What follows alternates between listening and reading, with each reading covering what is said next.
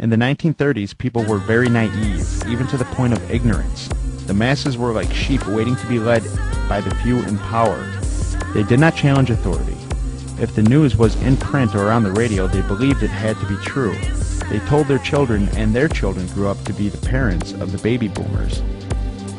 On April 14, 1937, the prohibitive marijuana tax law, or the bill that outlawed hemp, was directly brought to the House Ways and Means Committee. This committee is the only one that can introduce a bill to the House floor without it being debated by other committees. The chairman of the Ways and Means, Robert Doughton, was a DuPont supporter. He ensured that the bill would pass Congress. Dr. James Woodward, a physician and attorney, testified too late on the behalf of the American Medical Association. He told the committee that the reason the AMA had not denounced the marijuana tax law sooner was that the association had just discovered that marijuana was hemp. Few people at the time realized that the deadly menace that they had been reading about on Hearst's front page was in fact passive hemp. The AMA understood cannabis to be a medicine found in numerous healing products sold over the last 100 years. In September of 1937, hemp became illegal. The most useful crop known became a drug, and our planet has been suffering ever since. Congress banned hemp because it was said to be the most violence-causing drug known. Anslinger, head of the Drug Commission for 31 years, promoted the idea that marijuana made users act extremely violent. In the 1950s, under the communist threat of McCarthyism, Anslinger now said the exact opposite. Marijuana will pacify you so much that soldiers would not want to fight. Today, our planet is in desperate trouble. Earth is suffocating as large tracts of rainforest disappear. Pollution, poisons, and chemicals are killing people. These great problems could be reversed if we industrialized hemp. Natural biomass could provide all of the planet's energy needs that are currently supplied by fossil fuels. We have consumed 80% of our oil and gas reserves. We need a renewable resource. Hemp could be the solution to soaring gas prices. Hemp has a higher quality fiber than wood fiber. Far fewer caustic chemicals are required to make paper from hemp than from trees. Hemp paper does not turn yellow and is very durable. The plant grows quickly to maturity in a season where trees take a lifetime. All plastic products should be made from hemp seed oil. Hemp and plastics are biodegradable. Over time, they would break down and not harm the environment.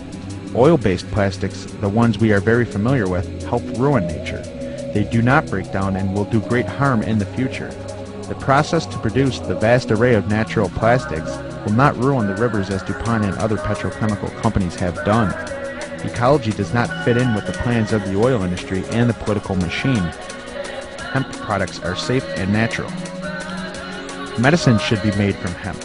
We should go back to the days when the AMA supported cannabis cures. Medical marijuana is given out legally to only a handful of people, while the rest of us are forced into a system that relies on chemicals. Pot is only healthy for the human body. World hunger could end. A large variety of food products can be generated from hemp.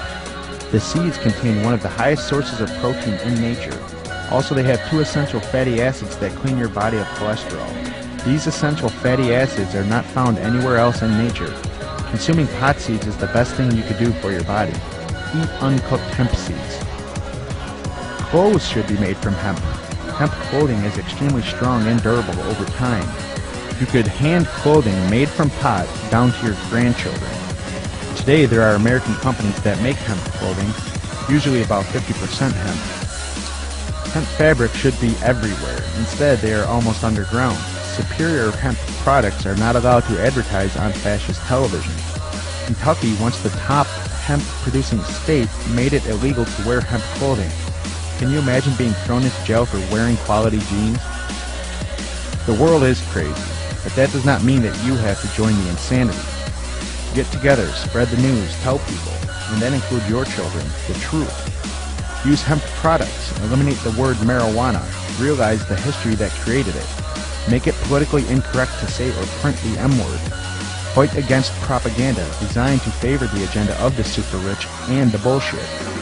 Hemp must be utilized in the future. We need a clean energy source to save our planet. The liquor, tobacco, and oil companies fund more than $1 million a day to the Partnership for a Drug-Free America and other similar agencies. We have all seen their commercials. Now their motto is, it's more dangerous than we thought. Lies from the powerful corporations that began with Hearst are still alive and well today. The brainwashing continues. Now the commercials say, if you buy a joint, you contribute to murders and gang wars. The latest anti-pot commercials say, if you buy a joint, you are promoting terrorism. The new enemy has paved the road to brainwash you any way they see fit. There is only one enemy, the friendly people you pay your taxes to, the war makers and nature destroyers. With your funding, they are killing the world right in front of your eyes. 500,000 deaths each year are caused by tobacco. 500,000 deaths each year are caused by alcohol. No one has ever died from smoking pot. In the entire history of the human race, not one death can be attributed to cannabis. Our society has outlawed grass but condones the use of the killers, tobacco, and alcohol. Hemp should be declassified and placed in drugstores to relieve stress. Hardening and constriction of the arteries are bad, but hemp usage actually enlarges the arteries, which is a healthy condition. We have been so conditioned to think that smoking is harmful. That is not the case for passive pot. Ingesting THC, hemp's active agent, has a positive effect, relieving asthma and glaucoma. A joint tends to alleviate the nausea caused by chemotherapy. You are able to eat on hemp. This is a healthy state of being. The stereotype for a pothead is similar to a drunk, bubble brain. Yet the truth is one's creative abilities can be enhanced under its influence. The perception of time slightly slows and one can become more sensitive.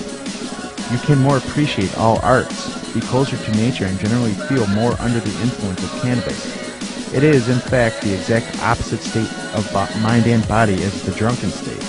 You can be more aware with pot. The pot plant is an alien plant. There is physical evidence that cannabis is not like any other plant on this planet. One could conclude that it was brought here for the benefit of humanity. Hemp is the only plant where the males appear one way and the females appear very different, physically. No one ever speaks of males and females in regard to the plant kingdom because plants do not show their sexes, except for cannabis. To determine what sex a certain normal earthly plant is, you have to look internally at its DNA. A male blade of grass physically looks exactly like a female blade of grass. The hemp plant has an intense sexuality. Growers know to kill the males before they fertilize the females. Yes, folks, the most potent pot comes from horny females. The reason this amazing, very sophisticated extraterrestrial plant from the future is illegal has nothing to do with how it physically affects us. Pot is illegal because billionaires want to remain billionaires. P.S. I think the word drugs should not be used as an umbrella word that covers all chemical agents. Drugs have come to be known as something bad. Are you aware there are legal drugstores? Yep, in every city. Unbelievable. Each so-called drugstore should be considered individually.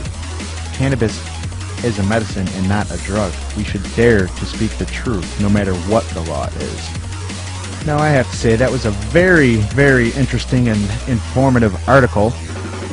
Of course, now we no longer have medical marijuana being given out to sick patients due to the recent Supreme Court ruling, which is in itself, of course, horseshit.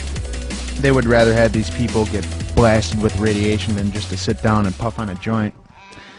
And of course, that's all engineered to be that way so they can put these chemotherapy patients back onto the cancer drugs and just keep them in a cycle of pill popping for the rest of their life. But we all know that, don't we, folks? That'll wrap up this segment.